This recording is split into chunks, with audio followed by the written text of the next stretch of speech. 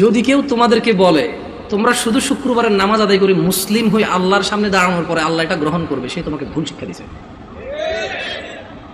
আমি মানুষ, বয়সে কম হতে পারি, শারীরিকভাবে অত উঁচা লম্বা নই আমি। আল্লাহ আমাকে যেরকম করেছে অনেক সুন্দর করেছেন, আলহামদুলিল্লাহ। আমি আমার পথ কাঠি নিয়ে সন্তুষ্ট আছি, আলহামদুলিল্লাহ। ও নয়াপাড়ার মানুষ, মহিলা এবং পুরুষ,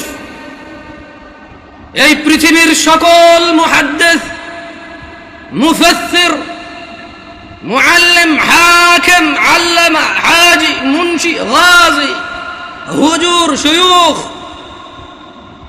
সব যদি এক জায়গায় করো আর যদি ফতোয়া নাও শুধু জুমা পড়ি মুসলিম, ওই ফতোয়া ভুল।